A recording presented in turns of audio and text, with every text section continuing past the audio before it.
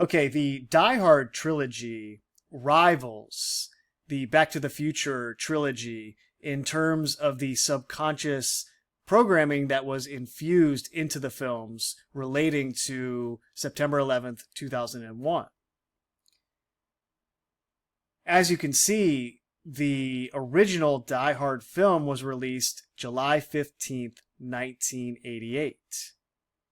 And just real quick, for those of you who are completely unfamiliar with all of this stuff, you can just quickly go through the general plot and setting of the three films and see how the 9/11 thread is woven through them.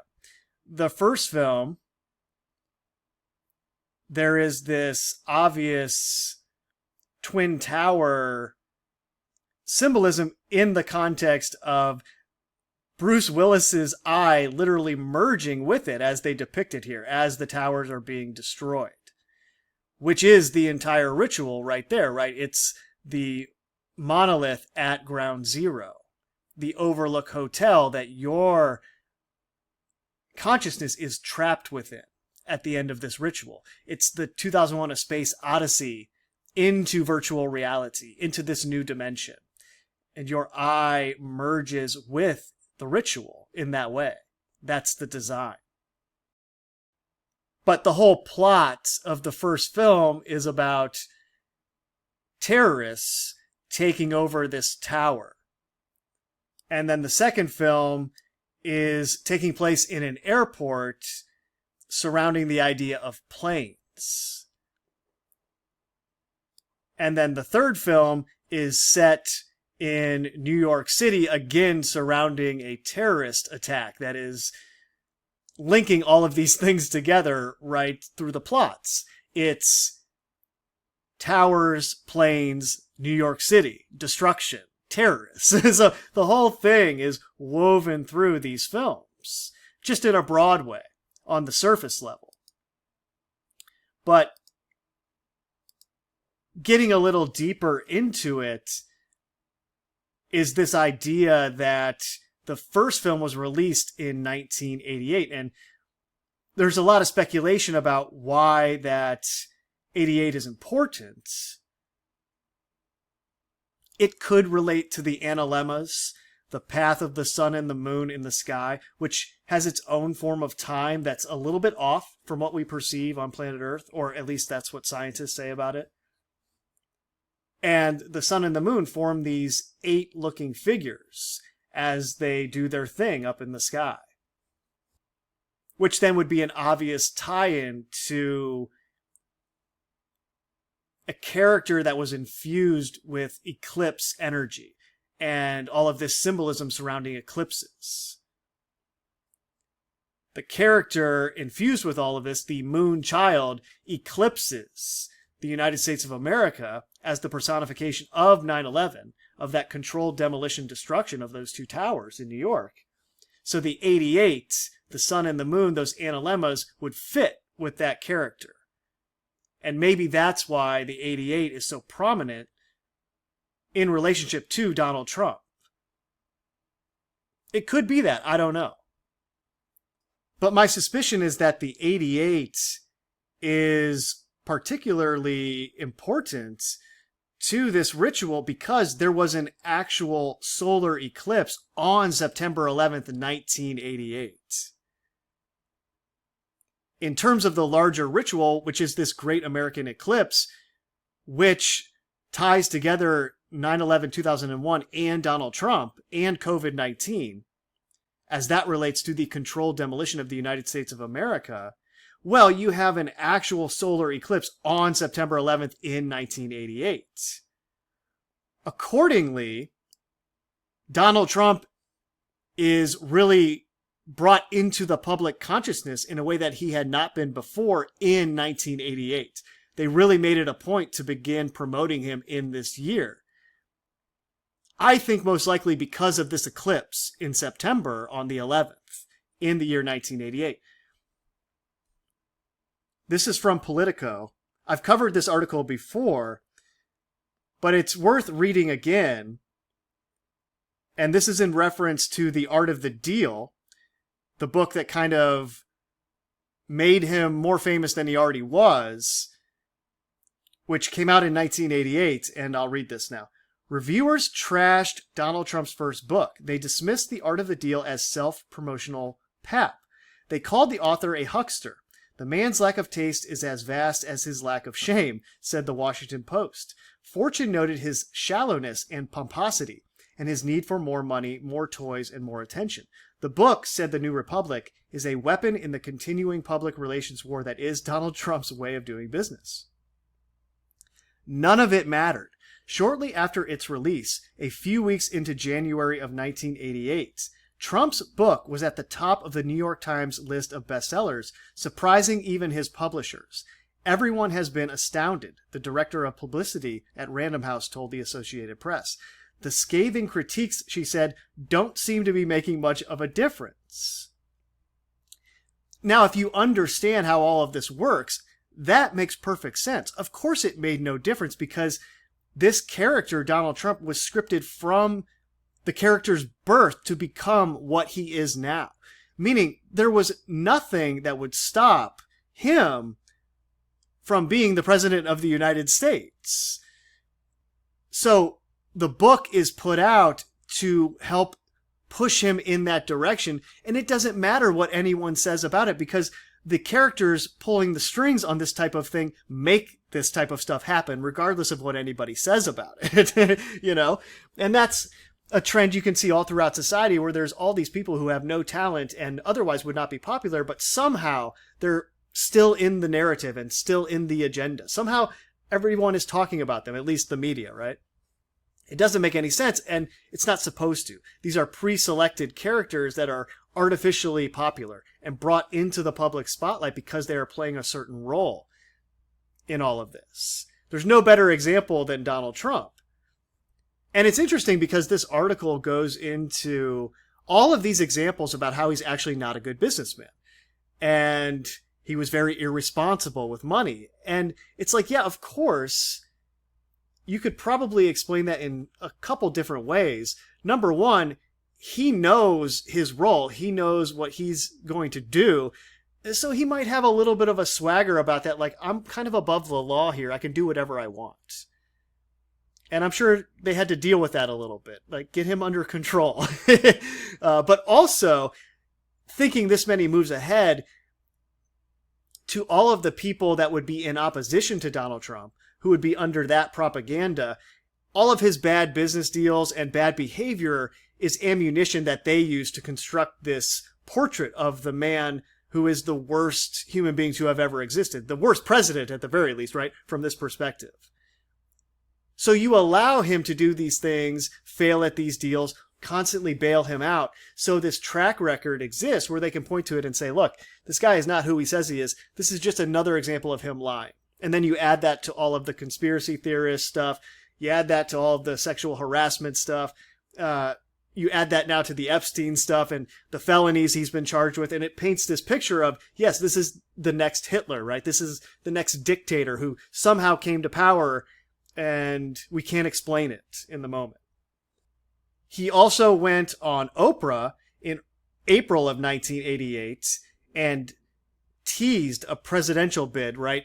Oprah asked him a question about it and he answered it.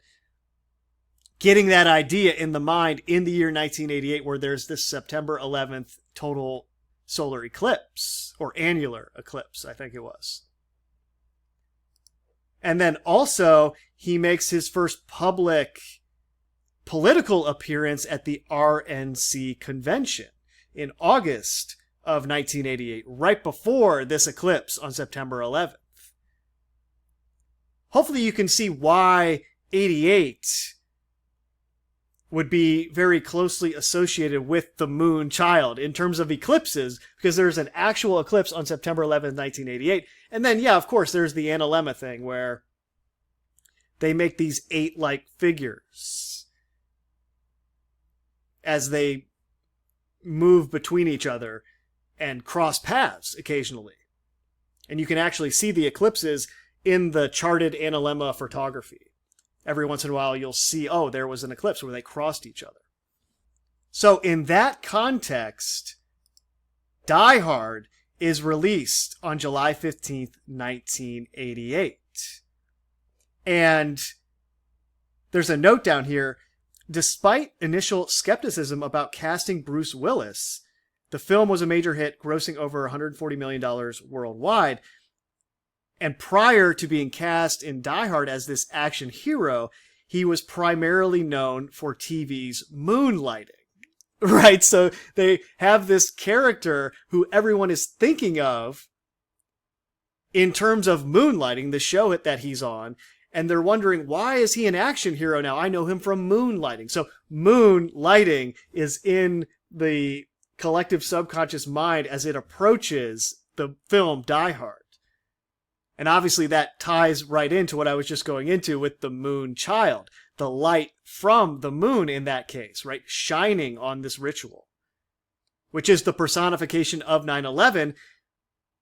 And Donald Trump is the talisman of that ritual, right? He is the personification of that event as it applies to the country itself. They are twins in that way, and he's a Gemini, of course. Now check this out. On the weekend, when Die Hard was released, July 15th, 1988, Coming to America was the #1 movie at the box office. Coming to America is set in New York City. So you have Die Hard released, which has all of this 9/11 propaganda infused into it that I will get into as we go forward here. But just think about that big picture subconscious association that's being made.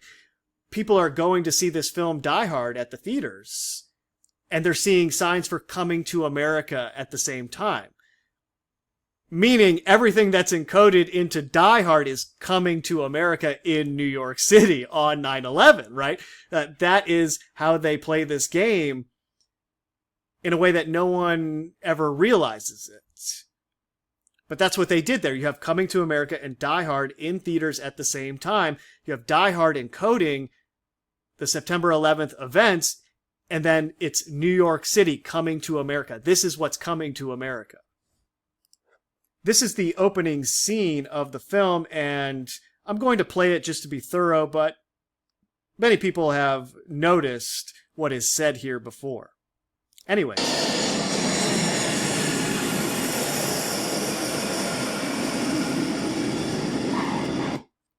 Obviously, the first thing to notice is that the film begins with a plane in the shot, and John McClane is Bruce Willis's character's name, and he is a New York police officer. So it's somebody coming from New York on a plane into what they will later show you in this film. So right away, it has this New York plane association.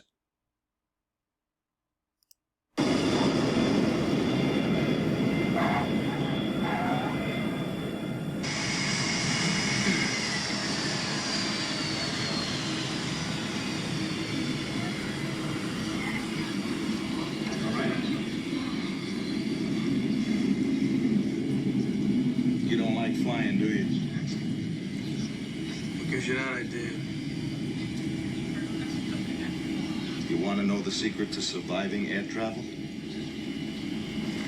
After you get where you're going, take off your shoes and your socks. Then you walk around on the rug barefoot and make fists with your toes. Fists with your toes?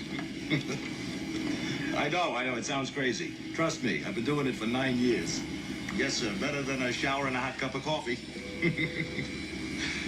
Okay.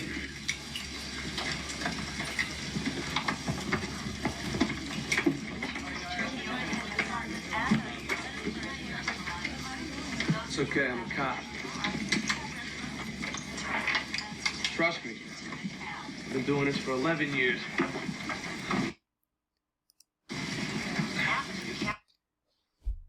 So you have the obvious 9/11 reference there in the context of a plane and somebody from New York. So the whole thing is right in the opening shot of the film.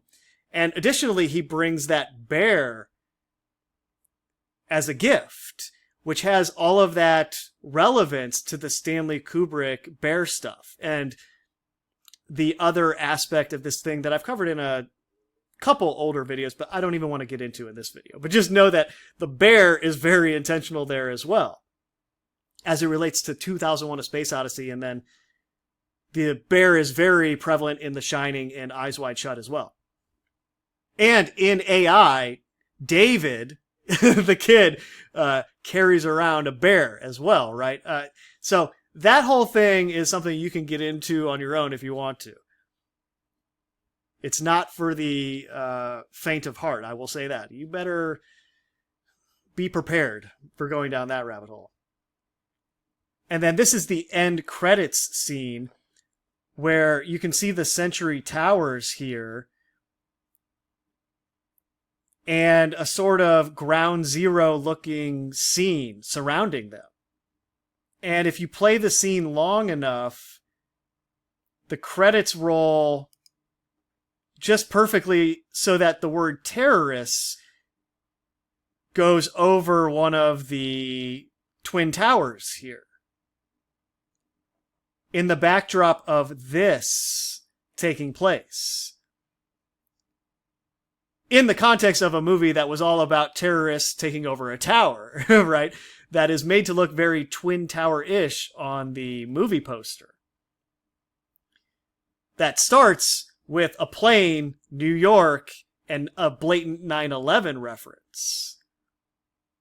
And the real interesting part of this end credit scene is that they're playing the song Let It Snow by Dean Martin. And this is interesting because it essentially snowed on 9/11. This is a picture of just some fruit that's covered in the dust following the controlled demolition of those towers. Hopefully you can see how this is a kind of snow that blanketed the city in the aftermath of the destruction of those towers. I have a bunch of different examples of that up here. You can see all of the papers, debris, and dust is like this snow that covered the surrounding area. This is a good one of the snow in the air as it's falling. And this is even before at least one of the towers collapsed. You have these snowflakes, the debris from the impact that was coming out of the buildings. Though I don't know, this could be an image taken after the South Tower collapsed. In any event, hopefully you get the idea here. There was snow on 9/11. Let It Snow is the song playing in this scene. The Twin Century Towers, designed by the same architect who designed the Twin Towers in New York City, that are 44 towers tall each, or 88 total floors in these two Twin Towers in LA. Let It Snow playing with Ground Zero and these Twin Towers in the background. This is a scene that is really interesting, and I could be making all of this up, but I'm going to play it and go through it, and then you can decide if I have no idea what I'm talking about or not. Now, first of all, pay attention to the fact that Let It Snow is also playing at this gas station. And he is kind of humming along to it here. So again, there's the association between Let It Snow and potential 9/11 references.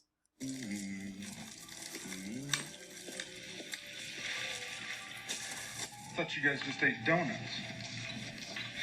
They're for my wife. Yeah.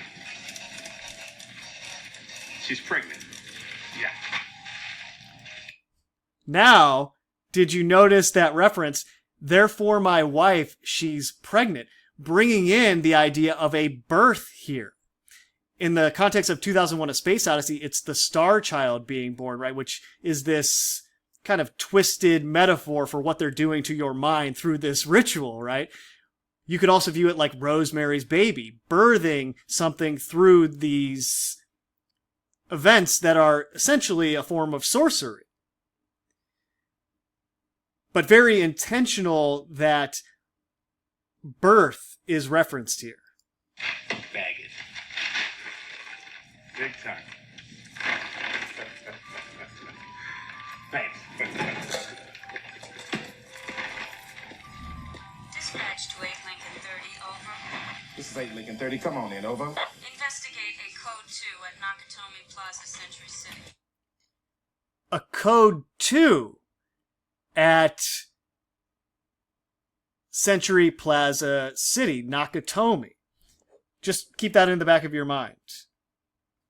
Also, I'll remind you, but remember what he said there about 8 Lincoln 30. 8 Lincoln 30 to dispatch. I'm on my way. Or I suppose he just said it right there. 8 Lincoln 30. Obviously the 42 Jupiter connection, which later comes into play with the character Zeus in part 3 of the trilogy, played by Samuel L. Jackson, who is shown interacting with the Twin Towers or looking at them quite a few times. But I don't know if I'll even get to that in this video. Just note the 42 here. In the context of 8 Lincoln 30.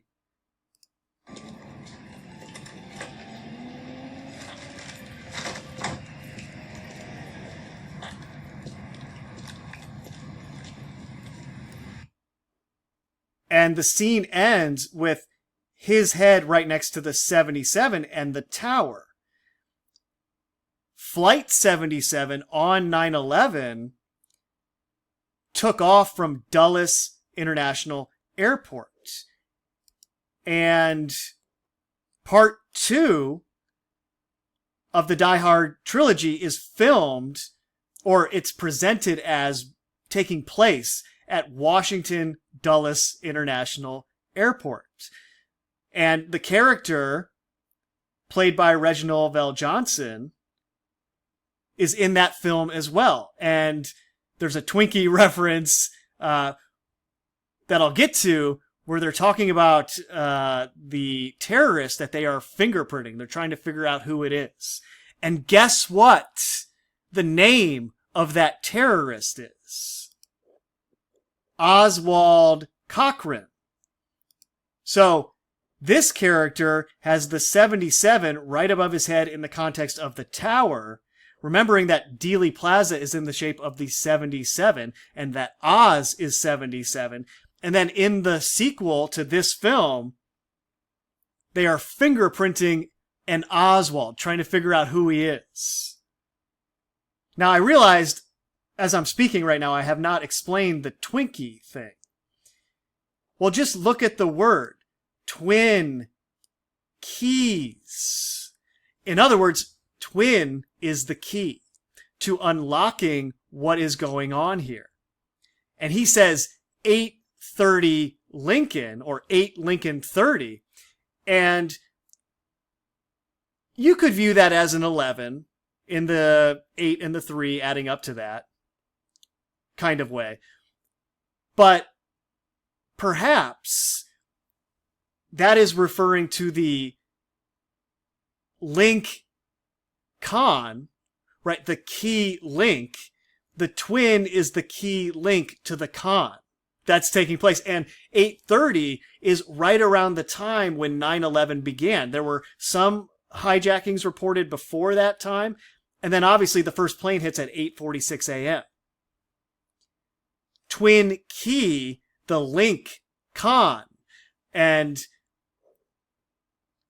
obviously key link is a phrase that a lot of people use to denote a critical connection between two things, like an important point in an argument or a vital piece of evidence. In the context of a film that is directly encoding September 11, 2001, you have this cop who is buying Twinkies. He says it's for his pregnant wife, but the audience assumes, just like that store clerk, that, oh yeah, sure, buddy, those are for you. We all know that. You cops love to just eat, and it's a stereotype that you guys are out of shape in that way. But no, it's very intentional that they are showing this character with Twinkies because it's twin and key. The twin is the key to what we're showing you right now. It's the key link in the con that is this event we are scripting into existence. And it's a great example of how this works because maybe I'm making that all up. Sure, that's possible. But the majority of people would take the surface level explanation as gospel. They would say, oh yeah, that cops love donuts and Twinkies and sweet stuff like that. And some of them get out of shape from doing that and it's just a joke. It's like, no, that's plausible deniability, of course. Anyways, I'm getting ahead of myself. The fact that he's in this scene, he just bought the twin keys, and then they show him fusing with almost the 77 in the shadow of the tower, which are the twin towers. In terms of how this is all subconsciously infused into the film, how 9/11 is infused into this whole thing. This is his character's next scene after he gets the call and says, okay, I'll go check out what's going on. And the first thing to notice is that his police cruiser is number 110. And this is important because each of the World Trade Center towers was 110 stories tall. So you have twin key,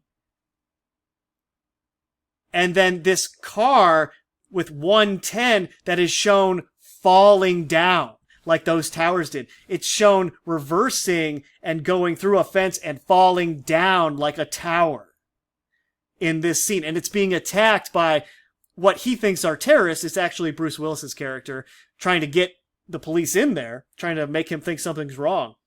But do you see how the twin is the key to understanding what they just showed you in this scene?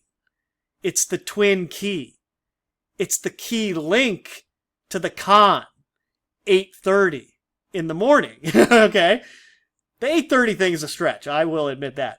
But it could be. I don't know. I'm just throwing it in there in case it is. Maybe it's something else. Maybe it's nothing. I don't know.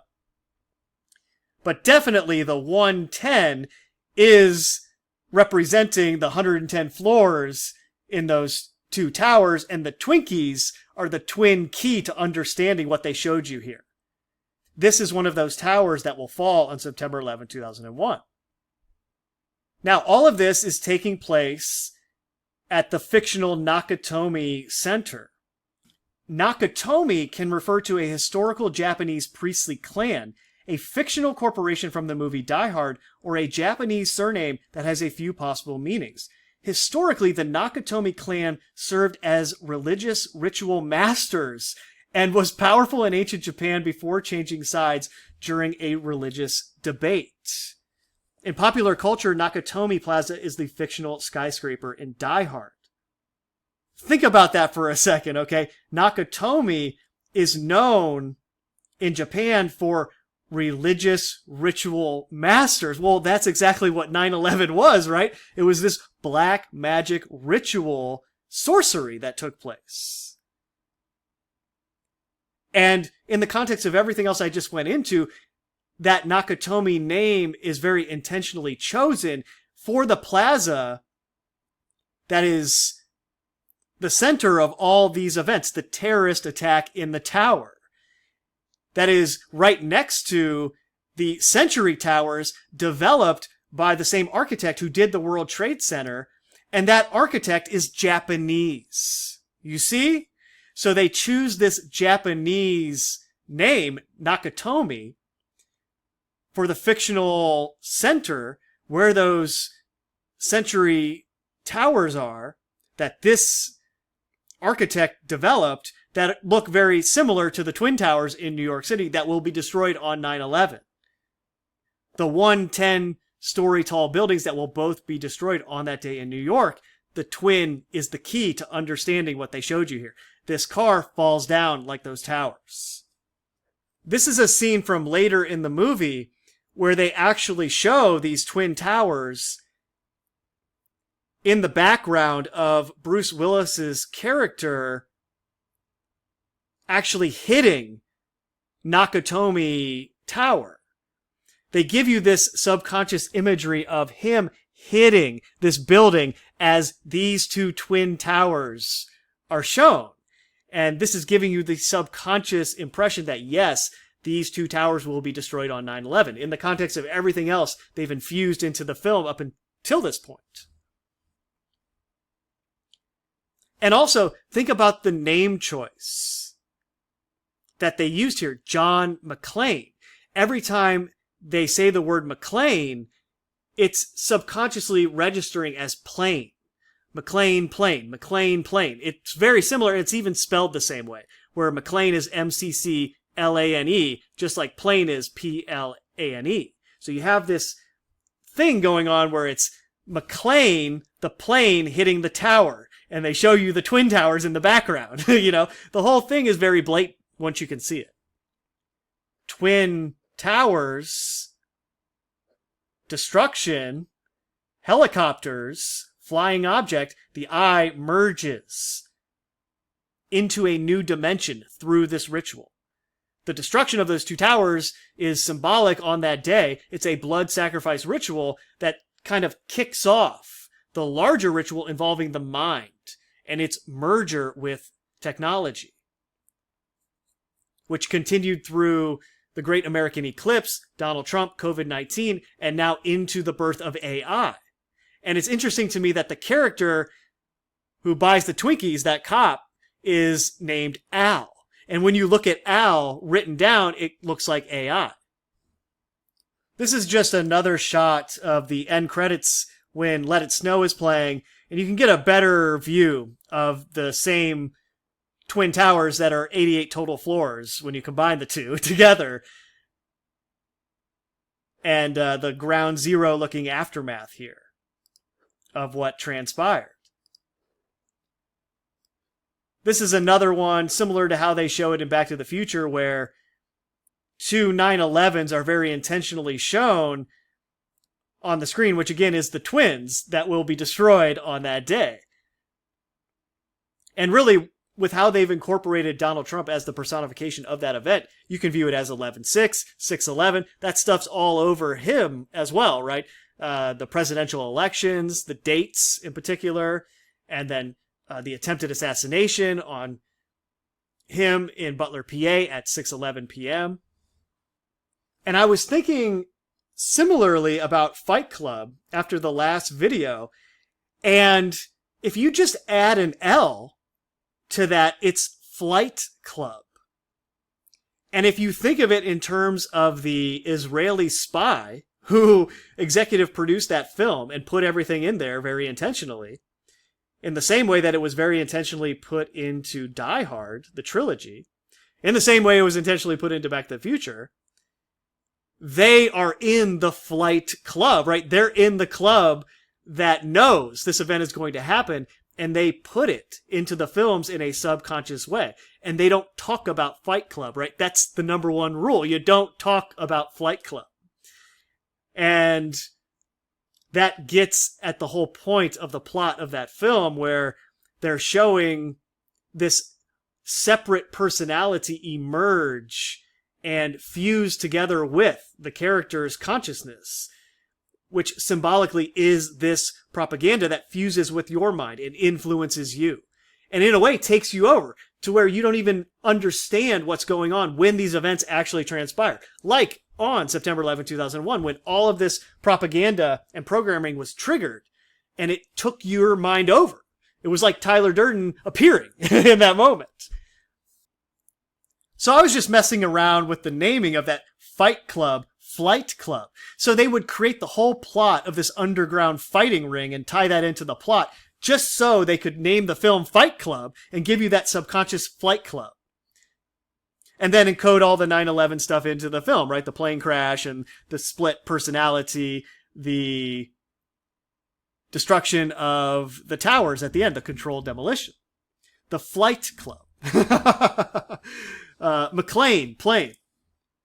And then obviously I already went into the Twinkie, twin key, meaning understanding this is about the Twin Towers is the key to understanding what they're showing you. And then that goes back to the Code 2 at Nakatomi. The Japanese center, the buildings developed by a Japanese architect will be destroyed. A Code 2. You see, the twin is the code. It's a Code 2. Twins. And that ties into Donald Trump, right? He's the twin of 9/11, right? He's the twin to that event on a higher scale. A Code 2. And then I was just messing around with Nakatomi. If you just take the K out here, it clearly spells out atomic with a K, which immediately makes you think of Atomic Kid playing on the movie theater screen or on the outside of the movie theater screen. In the scene where there's the giant 9/11 flaming in the streets and the DeLorean travels through time into the screen, which is the whole ritual, right? But Na on the periodic table is sodium, and it has an atomic number of 11. So you have atomic 11. Code 2, 11. There's a Code 2 at the 11, atomic, which gets at this idea of the metaphorical explosion taking place in your mind that leaves this ground zero aftermath. I mean, that's where we got the term ground zero, right? Is from the aftermath of a nuclear explosion. And for some reason, they called the aftermath of 9/11 ground zero, evoking this nuclear atomic theme. Let It Snow playing at the end of the film, and I remembered going through this Die Hard stuff that James Marsden, who played JFK in The Butler, actually references Die Hard in the Day episode of that series in Paradise, which depicts the destruction of the United States. So he references the no shoes Die Hard scene, which obviously ties in that series Paradise even more into this whole thing.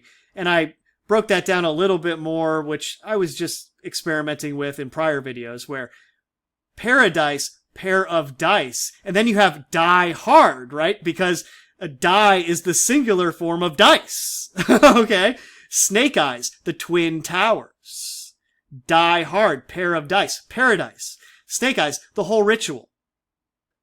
They put the whole thing in the third film of the trilogy where Zeus, Samuel L. Jackson's character, is driving and he looks up at the Twin Towers and then he enters into the subway, and the clock very clearly in Back to the Future fashion shows you 9/11 and then also 101, which is Ready Player One, right? That's IOI. And that's so many different things in many different ways. It depends on how you want to interpret it. But of course, it's the portal into the next dimension, right? It's the Stargate in the context of the 9/11 ritual. I mean, there's the whole thing right there. Ready Player One, Atari. They play the Atari device or console that was released on September 11th, 1977, in order to beat the game and acquire the egg. That is the opening of the Golden Gate, metaphorically, which is how all of this relates to the Donald Trump propaganda, right? He's those two golden arches. He's the Golden Gate in Jerusalem. And then metaphorically, through the tie-in to Project Stargate and AI, he's the gate into your mind, being jumped into a new dimension, the quantum leap. Operation Warp Speed, 9/11, IOI, 101, the portal.